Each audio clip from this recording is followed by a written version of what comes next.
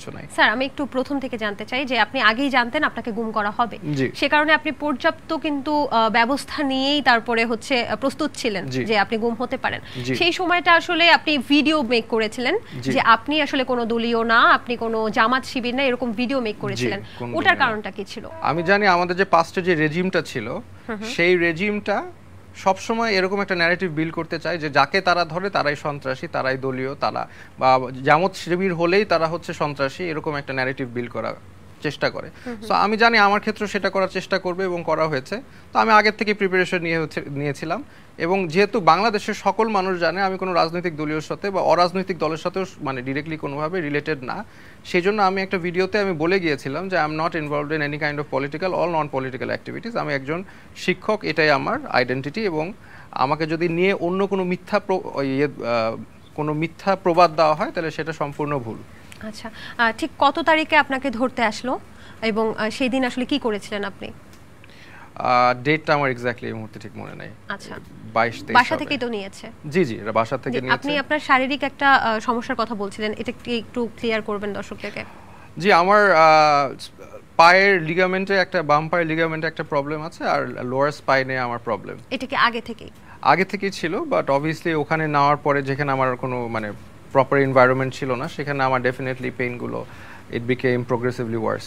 আচ্ছা, যেদিন আপনাকে ধরতে আসলো সেদিন আসলে বাসায় কে কে ছিল, কিভাবে নিয়ে গেল আপনাকে? কি চোখ বাঁধে? আমরা তো অনেক জায়গায় শুনেছি চোখ বেঁধে নিয়ে যাওয়া, বা সেই সময় আপনাকে কি এলিগেশনস তারা দিচ্ছিল একটু যদি বলতেন।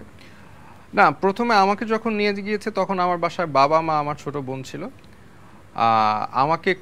আমাকে চোখ বাঁধেনি, অন্যদেরকে চোখ বাঁধা হলো। আমাকে এতটুকু তারা রেসপেক্ট করেছে যে আমাকে কোনো রকম চোখ বাঁধা, এবং ওদের একটা মাইক্রোবাস ছিল যেখানে হচ্ছে চারিদিকে গ্লাসগুলো ব্ল্যাক করা, ডার্ক করা, যাতে কেউ ভিতরে না দেখে কই যাচ্ছে। বাসায় ঢুকলো, কি বলে ঢুকলো আসলে? বাসায় তারা ঢুকলো, ফার্স্ট অফ অল আমি শুয়েছিলাম, আমি অলরেডি আমার স্টুডেন্টদেরকে মেসেজে বলছিলাম যে this is something that can happen, এগুলি হলে you know what to do. তারপর রাত 1টার সময় যখন বেল আসলো তখন আমি মনে করলাম যে আমার মনে হয় সময় এসেছে, কিন্তু আমি যখন বাইর হই, যখন দরজায় দেখি, তখন দেখি আমার সিকিউরিটি গার্ড। বাট ঘুমের মধ্যে আসলে আমার এত কিছু চিন্তা করিনি, সিকিউরিটি গার্ড দেখে দরজা খুললাম, ডাকতে যে কি হয়েছে, সাথে সাথে ধাক্কা দিয়ে 10-15 জন ঢুকে গেল। তারা কি সাদা পোশাকধারী ছিল? না, মানে তারা আর্মার্ড, ফুল আর্মার্ড, সব মানে বডি আর্মার পরা ছিল সবই একদম।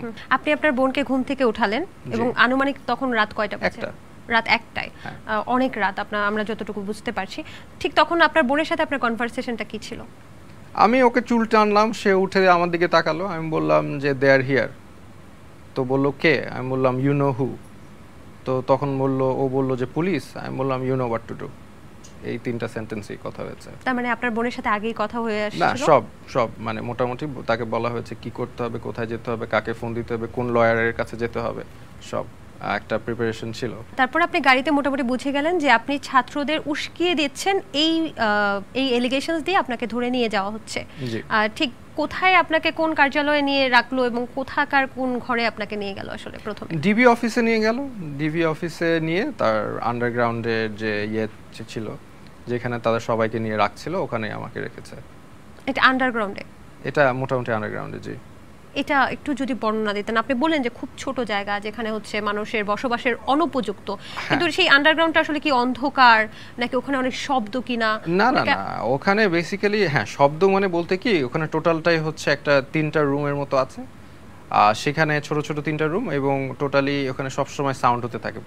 এক্সস্ট ফ্যান আছে বিশাল বড় একটা, ওখানে এই এক্সস্ট ফ্যানের কারণে প্রচুর সাউন্ড হয় অল টাইম, এবং হাই অনেক লাইট সব। তার মানে আপনি ঘুমাতে পারবেন না আসলে, ওখানে সবসময় সাউন্ড এবং সবসময় হাই ইন্টেন্সিটি লাইট থাকবে, এই অবস্থা। আর আমি তো বললামই, আপনি কেউ বসলে কেউ শুতে পারে, কেউ শুলে কেউ বসতে পারে। আমি যে এশিয়ান ইউনিভার্সিটির একজন টিচারকে ধরে নিয়ে আসছে, তো উনি আসলে কখনো শুতে আমি দেখি না, উনি সবসময় বসেই ছিল, কারণ উনি শোয়ার স্পেসই পাননি। আমি জানি যে প্রথম দিনই আপনাকে আসলে মারধর করা হয়েছিল, এটা কি সত্যি? প্রথম দিন রেখে দেওয়া হয়েছিল, পরের দিন তারা আমাকে ডেকে নিয়ে গেলেন উপরে, তারপর বিভিন্ন প্রশ্ন করলেন। প্রথমে তারা জানতে চাইলেন যে ব্র্যাকে কয়জন জামাত আছে, ইন্ডিপেন্ডেন্ট ইউনিভার্সিটিতে কয়জন জামাত আছে, এগুলো তো আমি জানি না।